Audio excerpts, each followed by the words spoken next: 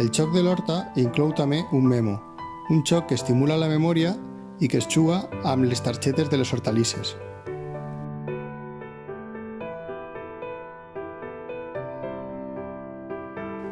Per jugar al memo es pot jugar a soles o en companyia, fins a 6 jugadors. Cada jugador o jugadora, en el seu torn, ha d'alçar un parell de targetes. Si les dues targetes són la mateixa hortalissa, se les queda i continua jugant. Si no, passa al següent.